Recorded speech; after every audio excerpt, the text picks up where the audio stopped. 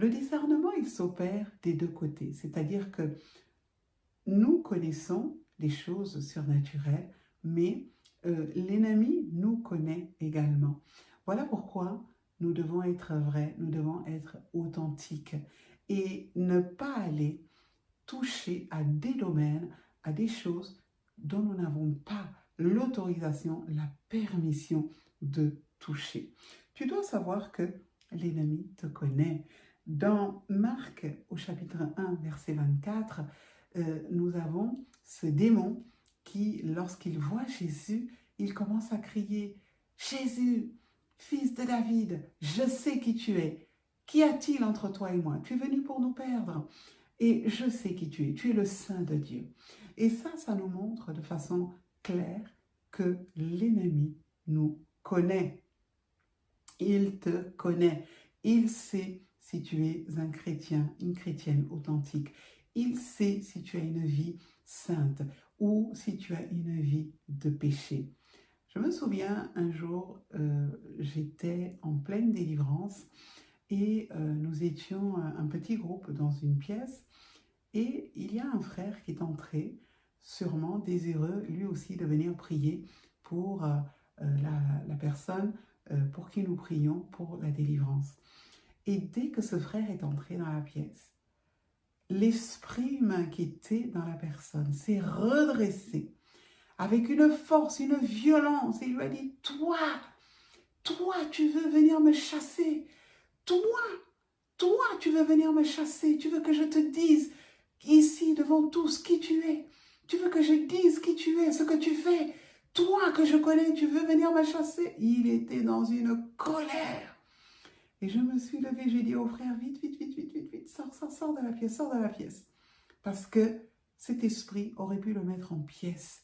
Exactement comme les 7 fils de Siva, que l'ennemi, que les démons ont mis en pièces parce qu'ils ont voulu chasser les démons, comme Paul, alors qu'il n'avait aucun droit de le faire.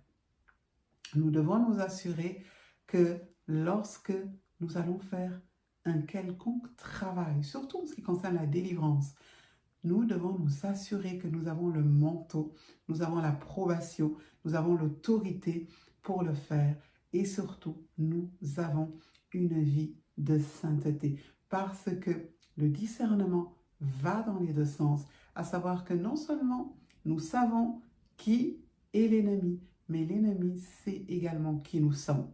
Il sait tout de toi. Il sait si tu as couché. Il sait si tu as menti. Il sait si tu as péché. Il sait absolument tout et il n'hésitera pas à étaler tes péchés au grand jour devant tout le monde. Voilà pourquoi c'est important d'avoir une vie sainte et une vie de transparence. Dans Acte 16, au verset 6, nous avons une histoire qui est riche d'enseignements. C'est l'apôtre Paul qui est suivi par une femme qui avait en elle un esprit de python. Et cette femme, toute la journée, a suivi Paul en disant « Ces hommes sont des serviteurs de Dieu, écoutez-les, ils viennent vous annoncer la bonne nouvelle. » Et toute la journée, c'était la même chose. À un moment donné, Paul est fatigué et il se tourne et il dit à l'esprit, il parle directement à cet esprit, il lui dit « Sors de cette femme maintenant au nom de Jésus. » Et cet esprit de python est sorti de la femme. Et ça nous enseigne vraiment parce que aujourd'hui, nous avons énormément de cas semblables, des cas de personnes qui prophétisent, qui font vraiment des choses qui sont tellement grotesques, tellement ubuesques. Et on se dit, mais comment ça se fait que les chrétiens manquent de discernement à ce point? Parce que lorsque tu vois un serviteur, un prétendu prophète, qui vient te dire Oui, le Saint-Esprit me montre un numéro de téléphone qui commence par 07 60. Ou alors, oui, le Saint-Esprit me montre quelqu'un dans la salle dont le prénom commence par la lettre L. Oui, le Saint-Esprit est en train de me montrer que tu as une culotte rouge. Excusez-moi, bien-aimé. Est-ce que vous croyez vraiment que le Saint-Esprit agit de cette façon? Le Saint-Esprit ne joue pas à cache-cache. Le Saint-Esprit, lorsqu'il a une révélation à faire, lorsqu'il a quelque chose à dire sur quelqu'un, il le dit.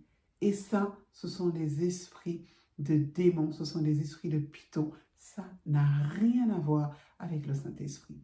Le Saint-Esprit ne procède pas de cette manière.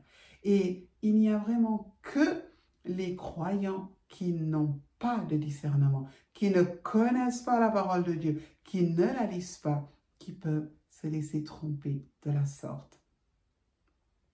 Les femmes chrétiennes que nous sommes, nous devons plus que jamais, bien-aimés, avoir le discernement des esprits.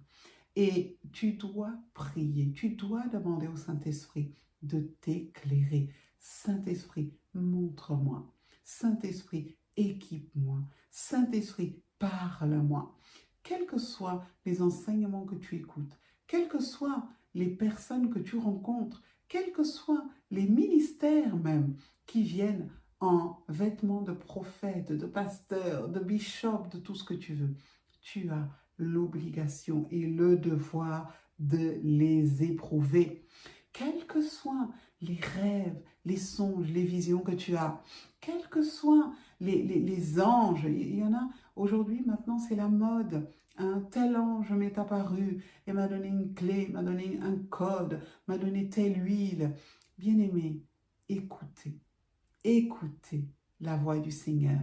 Écoutez la voix du Saint-Esprit qui vous dit ce sont des esprits séducteurs, des esprits de mensonges. Et le problème, c'est que nous sommes tellement assoiffés de sensationnel, assoiffés de spectaculaire, assoiffés de miracles, que nous sommes prêts à avaler tout et n'importe quoi. L'apôtre Paul dira, quand bien même un ange se présenterait, nous avons le devoir de l'éprouver pour savoir qui est son Seigneur. Qui est-ce qu'il sert? Un ange déchu ne te dira jamais que Jésus-Christ est son Seigneur. Jamais.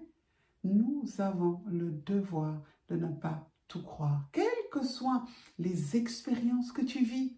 Parce que quelquefois même, ces expériences-là que tu vis, même si tu as jeûné, même si c'est quelque chose qui est venu après que tu aies jeûné 40 jours, que tu aies prié, que tu aies dormi par terre, non, ça ne veut pas dire que ça vient de Dieu.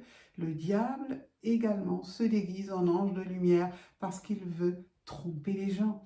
Et beaucoup de serviteurs, de servantes se sont levés comme ça parce qu'un ange leur est apparu et ils se sont levés avec une révélation, quelque chose de totalement bizarre, de totalement loufoque. Hein, et ils sont venus avec ça et ils ont entamé une doctrine nouvelle, quelque chose qui est totalement faux et dans laquelle ils entraînent des milliers d'âmes en enfer. Nous avons le devoir de sonder les esprits. Et dans ces temps de la fin où l'apostasie est là, bien-aimés, où nous voyons les choses les plus absurdes, des choses qui n'ont rien à voir avec le Seigneur, qui n'ont rien à voir avec la croix, qui n'ont rien à voir avec Jésus, mais ces choses sont acceptées. Pourquoi? Parce que les gens ont soif de surnaturel, les gens ont soif de prophétie, les gens ont soif d'entendre la parole de Dieu. Mais plus que les prophéties, c'est la parole de Dieu dont nous avons besoin. C'est elle qui va nous bâtir. Une prophétie n'a jamais transformé quelqu'un. Si tu n'es pas fondé sur la parole, la prophétie, elle peut détruire ta vie. Il y a beaucoup de croyants qui vont de lieu en lieu, de séminaire en séminaire, de conférence en conférence, à la recherche de miracles, de prophéties, de paroles. Et ils sont pollués parce qu'on leur impose des mains. Ils reçoivent des onctions bizarres, ils reçoivent des impositions des mains dangereuses et leur vie ne change pas. Ils ne sont pas changés, ils ne sont pas transformés parce que c'est la parole de Dieu qui te transforme, c'est la parole de Dieu qui te change, c'est elle qui t'amène vraiment dans la volonté du Seigneur. Et lorsque tu es ancré, enraciné pleinement dans la volonté de Dieu, eh bien, les bénédictions de Dieu viennent dans ta vie parce que la bénédiction n'est que là où se trouve la parole. La bénédiction ne va que là où il y a une obéissance totale à la parole de Dieu. Arrêtez de courir après les prophéties, de courir après les impositions des mains, de courir après des hommes et des femmes qui n'ont jamais été brisés, qui n'ont jamais eu l'amour de la vérité, mais qui sont là pour s'enrichir. C'est tout ce qui les intéresse. Hein?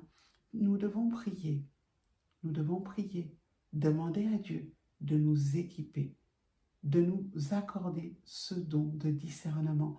Parce que s'il y a bien un don dont nous avons besoin dans ces temps de la fin, c'est celui-là.